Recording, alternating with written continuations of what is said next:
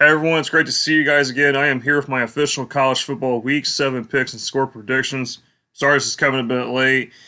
No excuses. Just been, of course, been busy with other things and haven't had time to really develop a forecast for each game. And also, there will be no surefire pick this week because every game seems pretty tough to really try and gauge. So I just said screw it. No surefire pick this week. It'll come back next week, but next week's slate's pretty tough to predict. This week's tough to predict, especially after what happened with week 6. So many big upsets, like 4 of the top 11 teams went down. I went 5-5 with my picks. I don't think anybody did very well this past weekend, so let's go ahead and see how we can rebound here. But I'm afraid my picks are going to really fall short again this week, so I really try to go on this one, go with my first gut instinct, and win from there. Stay tuned too because some of these picks are not finalized. I'll announce which ones aren't completely finalized. We'll see. But this one is though, starting with Arizona State, number 16 Utah. Utah on the road, 10:30 kickoff tomorrow night in Tempe, Arizona. This is a pretty important game here. Arizona State's had a good season so far. Utah started kind of tremble a little bit. They've had some issues, of course, especially with Rising out, but Cam Rising set the play. That's why the line's back to Utah. Especially 5.5 there. Yeah, Utah's defense has been a little suspect this year. I haven't liked it in certain ways, especially in terms of the passing, or against the pass, but the run defense has been stout all year. Arizona State, great offense. We talked about them in past videos where their offense with Scatabo and Levitt, the 1-2 punch there. Also, Arizona State's defensive line can apply pressure too. This should be a close one. Arizona State's trying to gun for the top of the Big 12. I just kind of like Whoa, hold on a second. Sorry, I pushed the wrong button. I like Utah to win this game outright. Cam Rising, since he's going to play, he could be a little rusty at the gate, but with the command that Rising has and his leadership, I like this Utah team for real.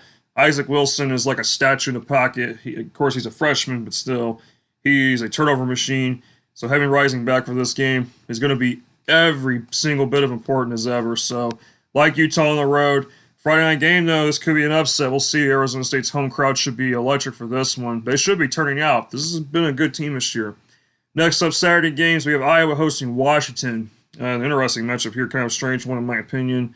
Iowa is a 3-point home favorite, and I think it's a sell high spot for Washington. They're coming off the massive win at home against Michigan. I guess just Washington fans be massive because it was a revenge spot from the national championship, but on the road, Iowa just got blown up by Ohio State. No passing offense, really. They ran the ball a little bit, but couldn't really throw very well. Now they're back at home. They can kind of regroup. Washington, I think they're a pretty decent team. I think they are. This is a team that's got some capability with them, but being on the road here, I don't trust Washington on the road. I like a lower scoring game. Washington will struggle here, I think. Hangover spot. I like Iowa at home. Yeah, I don't have much more to say about this game other than K. McNamara's got to, be able to take advantage against his Washington defense. I think the Washington defense I think it's solid in regard, but I don't know. It's just one that, to me, I mean, they're not the worst defense, but they're not the greatest defense. I think in some aspects, whichever way you look at it, is above average. Just the way that their games have gone this season in general and how close they have been in these games too. So, with the tougher opponents, I should say. So, but Iowa's offense has got to find a way here. They can, but it'll be a lower scoring fight. They haven't played since 1995, by the way, in the Sun Bowl, where Iowa won by 20. Obviously, that was a long time ago. So, next up, the Red River rivalry, or formerly known as the Red River Shootout, between number 1 Texas and number 18 Oklahoma. Texas is a 14.5-point favorite, and to me, this line's too high. I don't give a damn if Oklahoma's offense is inept, clueless, or just complete trash of an offense they have. Oklahoma's defense is carrying this team. They're like one of the best teams in forcing turnovers in the country. Michael Hawkins, good confidence booster for the road win against Auburn. Oklahoma was about to lose that game, and then Auburn just became a damn turnover fest, and they just gave the ball. It's like they were just throwing balls at the other team pretty much. That don't even sound right, but Texas, one of the best in the country, top 5 for sure, in my opinion. I don't think they are the single best team in the country, but they're right up there. Quinn Ewers likely plays in this game, I think. He's had so much time to rest, but he might be rusty. So Arch Manning could be used in this one. We might see a package with both guys in some plays. But in a Red River rivalry, and Oklahoma beat them last year. I think this could be a lot closer than people think. I was thinking about making this the surefire pick, but I'm not too confident with it because Texas's offense is just completely crazy. They could score in a hurry on you. Texas's defense, I don't think has been truly tested yet this year. They face Georgia next week. This could be a look-ahead spot since Oklahoma's been kind of down a little bit. Not playing great offense. Texas is hopefully Texas is not looking ahead to Georgia because that's a massive game next week. I mean, that in my opinion, the winner of that game could very well be in the SEC championship. There's a lot of implications. Top seed in the playoff. So I think Texas's defense will have their way in this game. That defensive front will give Michael Hawkins some problems. But Oklahoma, I think small ball needs to be their game early on and then build that confidence from there. Oklahoma, tough road win at Auburn. Can they carry the momentum? We will find out at 2:30 p.m. Central Time, or that when the kickoff happens at that time in Dallas. So next up, we have this game. This game just has potential upset alert written all over it. I'm just going to straight up say it. USC versus number 4 Penn State. Now, Penn State's number 4 in the country, okay? This is their highest ranking since 2021. And they're down to a 3.5-point favorite? Public seems to like USC, and I can tell because the line just keeps dropping. So what I'm thinking is the public is betting the points with USC at the very least. USC's coming off of a horrific road loss at Minnesota. USC has lost at Minnesota and Michigan. But when they're at home, they play quite a bit better. I know they had a slow start against Wisconsin. USC has been more of a second-half team this year. They cannot do that in this game. Penn State is a physical team. We've talked about Penn State already a couple times. I don't trust Penn State on the road. I don't trust Drew Allar.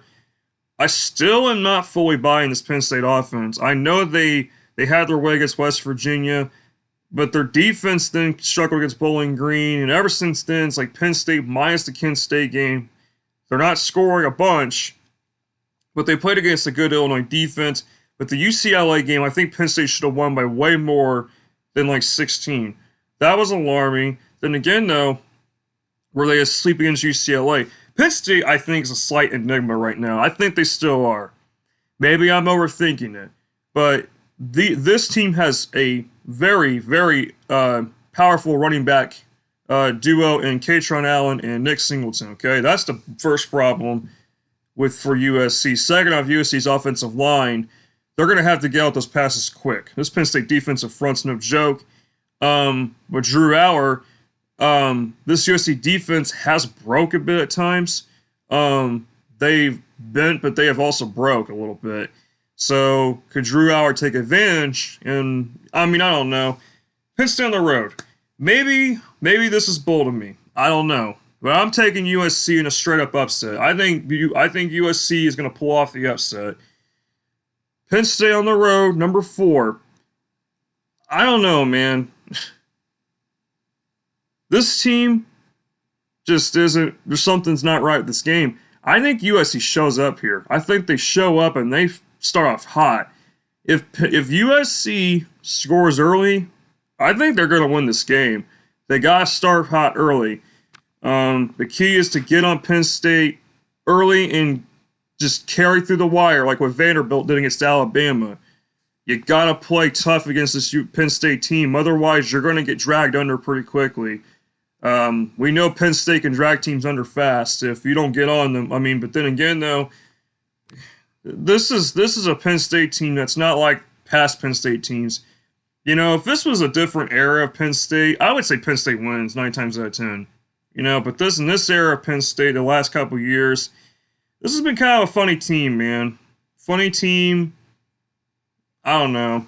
This is a strange game. It can go either way. I've seen a few people take USC. I've seen a few people take Penn State. All right, I've spent way too much time in that game. I apologize, but that's a game of pretty big focus because USC's got the opportunity to get back on track in the Big Ten race. Next up, here's another trap game potentially. Number 22, Pitt and Cal. Pitt's a 3-point favorite.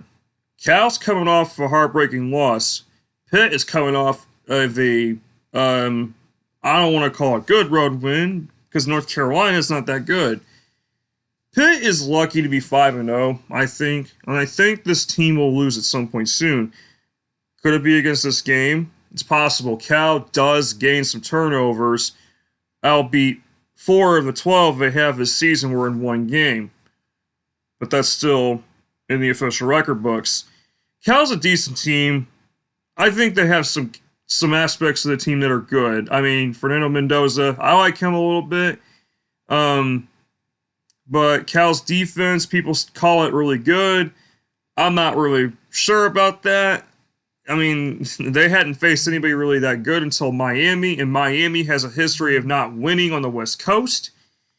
Yeah, there are some factors in that one. You know, Miami was coming off that strange game with Virginia Tech, so let's not put. And that was a game that was basically like Cal's Super Bowl in a way. You know, there was a lot of energy. College game day. I think people might be potentially putting a little bit too much on Cal. I'm not saying Cal sucks, but they're not elite, okay? Pitt is not elite either. Matter of fact, I don't think Pitt's too far ahead of this team. But their quarterback play, I think, is better. Holstein, he's played very well. Pittsburgh's got the number 4 offense in the country. They're averaging like 500 yards a game. It's crazy. I have a strange feeling Cal might pull the upset, and I don't know why. Because Pitt should have lost against West Virginia. Pitt should have lost against Cincinnati. These are games that Pitt could have easily lost, and this could be another one. I like Pitt to win, but I'm not confident in them winning. And I think the over might hit, but is Cal going to be up for the challenge? Where's their mentality? Will they be there? You have to find out. 3:30 p.m. in Pittsburgh. Interesting game. Next up, here we go here. How about some nighttime action, Death Valley? Baton Rouge, 7:30 p.m. Eastern kickoff, 6:30 p.m. Central Time between number 13 LSU and number 9 Ole Miss, otherwise known as the Magnolia Bowl. Never knew that until a couple days ago. The rivalry. Ole Miss is a 3.5-point road favorite. A little shocked at that considering the injury concerns with Ole Miss, and I did not. By the way, I think more people need to start honing in on the injury list because I have seen people fail to talk about the injury list on YouTube with some of these teams. Ole Miss's injuries are concerning. There are some concerning things with this. Mentioned in a second, but Ole Miss and LSU last year, I'm going to call it an SEC Classic. They had a high-scoring shootout. It was a fun game. Ole Miss pulled off the upset. They were an underdog in that game at home, and I had thought about taking Ole Miss in that game. I did talk about that game, and I said LSU would win, but not by much, and sure enough, I had a strange feeling Ole Miss would have won that game. They did. Now the roles are reversed. Does Ole Miss come to LSU's game or ground and pull off and win there? I think LSU's overrated. I don't think they're a top 15 team. I think they're borderline top 25, and that's it. Their defense is horrendous. Their offense is very good, especially with their quarterback play, Garrett Nussmeier. LSU's pass rush. I mean, it can hit sometimes for sure. So Ole Miss has to be aware of that, especially considering Ole Miss has 2 offensive linemen questionable. Plus, Trey Harris, their best receiver, questionable. That's the one that scares me because if Trey Harris isn't playing, this could be an LSU victory because Ole Miss really relies on the pass. They're not a run-first team. They run the ball. They pass the ball. They love to pass the ball. LSU's going to be on Jackson Dart's ass in this game. Ole Miss's defense, I'm not totally on board with this defense, and I don't know why some people are saying this Ole Miss defense has improved from last year. You face a South Carolina team that was due to have a complete meatball game after scoring a bunch of points beforehand. So I'm not ready to hop on their defensive train yet. I have Ole Miss winning, but that's for now. I'm not totally confident in Ole Miss. I think LSU could win this game. If we start seeing some players that are ruled out, I'm switching this pick because LSU at home, the night factor is what scares me about this game. Nighttime at LSU, it's a really, really tough place to play. Brian Kelly, by the way, is 12-0 in home night games with LSU. Keep that in mind, too. LSU's record at home at night is 108-15. That's ridiculous. SEC home nighttime environments are something else, including Clemson in the ACC. But that's ACC, but still, like, since we're talking about the general southeastern U.S. Moving on. Let's not waste more time. Number 3, Oregon. Number 2, Ohio State. College game day is here. Let's talk about it, folks. Major game. Big Ten. Could this be the Big Ten championship? Possible. Very well possible. I think there's a decent chance of it. Considering that Penn State also has to play Ohio State, but Oregon does not play Penn State. Oregon actually plays Michigan in a few weeks, but Ohio State's a 3-point road favorite. Now, again, can we watch these? Can people look at the teams these teams play? Basically, can you look at their schedules? Why are we calling certain teams' defenses good when they haven't played a good offensive team yet? Oh, stats don't lie. Well, what lies is what you're saying if those stats are coming against teams that are not good, that are not going to perform well against a powerhouse, Power 4 team. I mean, seriously. Did everyone forget that Oregon almost lost to Boise State? I think some people did because some of the videos I'm seeing are just ridiculous. Like with people talking about Oregon, I think a couple people at least have forgot that Boise State was this close to winning in Eugene. That was a scary one. I really thought Oregon was going to lose that game, just the way they were hanging on for dear life. So basically, sorry about the interruption there, but back to what I was saying.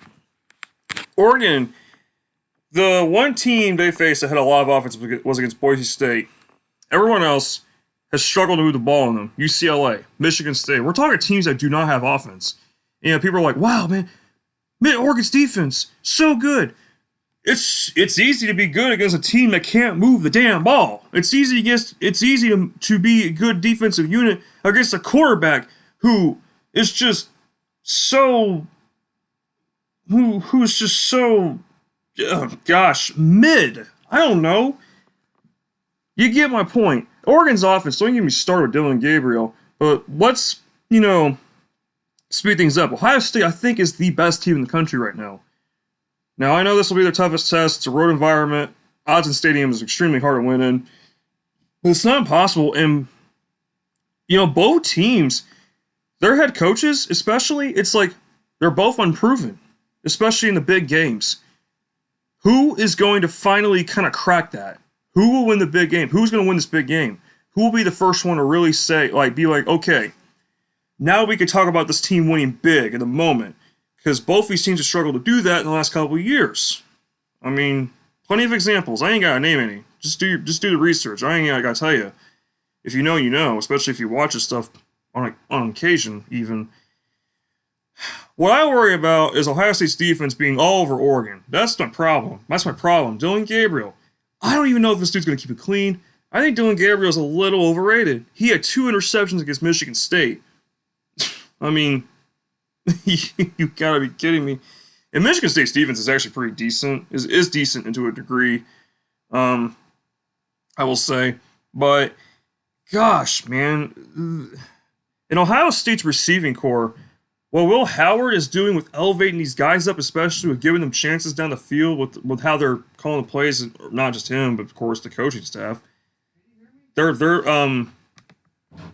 right, guys, sorry for that extra interruption there. Actually just saw the Northern Lights. Crazy. Never thought I'd see that in my own backyard. That was amazing to see. But back to this game. So I know Ohio State's on the road, tough environment, but Oregon's struggles with certain things, especially with that offensive line from even the first game. I know that was the first game, but of the season, this is a tough one, man. Basically, long story short, I'm taking Ohio State to win by roughly 7 points. I could see a situation where Ohio State wins by 10 plus.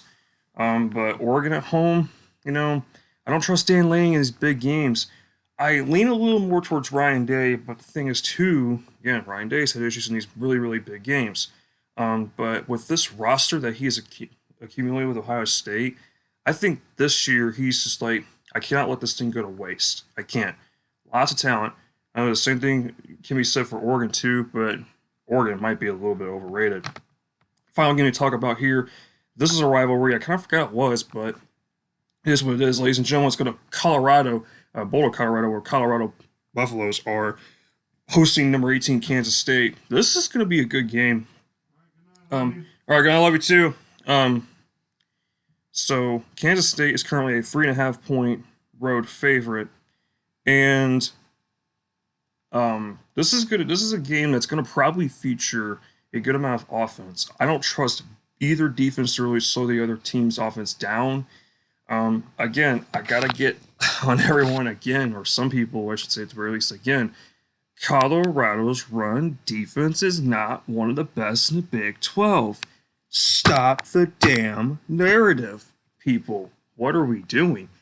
Oh, they beat UCF by 27. UCF had 4 freaking turnovers in that game.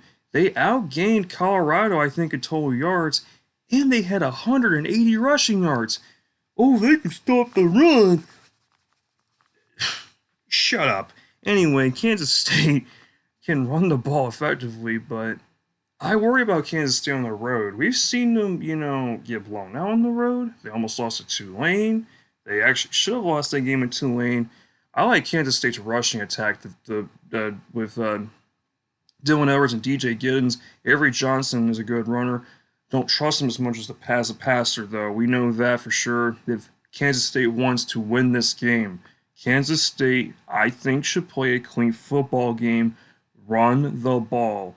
Run the ball. Take care of the ball. And I think Kansas State can get this in the bag. Colorado, I don't know if they've improved.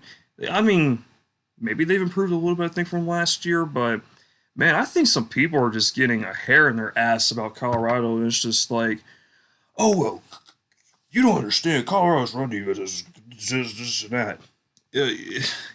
It's like you're being pulled on puppet strings by Deion Sanders, my guy, or something. I have no idea. It's literally a crock of crap at this point. Now, I'm not trying to downsize Colorado. Colorado does have those stars in their team, like Shedeur Sanders, Travis Hunter, Dalvin Hayne with a running back game. I mean, the running game for Colorado can definitely be effective here. So we'll see here. We're going to watch out for these defensive lines, but like I said, I think Colorado is overrated, especially in that respect. I don't know why people are. I mean, Colorado is ranked in the middle of the road, below normal in overall defense. But we'll see. This is a tough one, though. I can see this game going either way. Colorado's won 2 back-to-back pretty crazy games. Baylor, they should have lost that game, and then UCF, they straight up dominated from start to finish. Kansas State and UCF are definitely similar in aspects, but I think Kansas State's the better team. I think K-State's going to come into Colorado and win, but I only have about 70% confidence at most with Kansas State winning this game. I think there's quite a few toss-ups this week, and I think we're going to have some electric games. I like the over in this game, but the points, I don't know about that one. We'll see. Again, I think Colorado can win, but and all that talking I was doing, I wasn't trying to, again, downgrade Colorado, but let's be real here. We need to, set the facts straight here. Colorado's defense is still not that good, okay? So, thank you very much. Thanks for coming to my TED Talk. Anyway, thank you guys for watching this video overall. Please stay tuned for Stormfront episode number 9. That is coming late, unfortunately, too. I'm sorry. Episode 10 will be recorded tomorrow on Friday. I am getting my running comeback going as well. And then, yeah, we'll keep the fall going, or we'll keep the run going in college football next week. Next week's a big week in college football, so we'll get to it eventually. But until then, have fun this weekend. Be safe, stay healthy, and also pray. And F the Broncos. I'm just kidding. I love I'm a Broncos fan. I'm just kidding. I'm a Broncos fan. But prayers for Florida. They need a recovery from Milton. It was a destructive system down there. So see you guys later. Goodbye.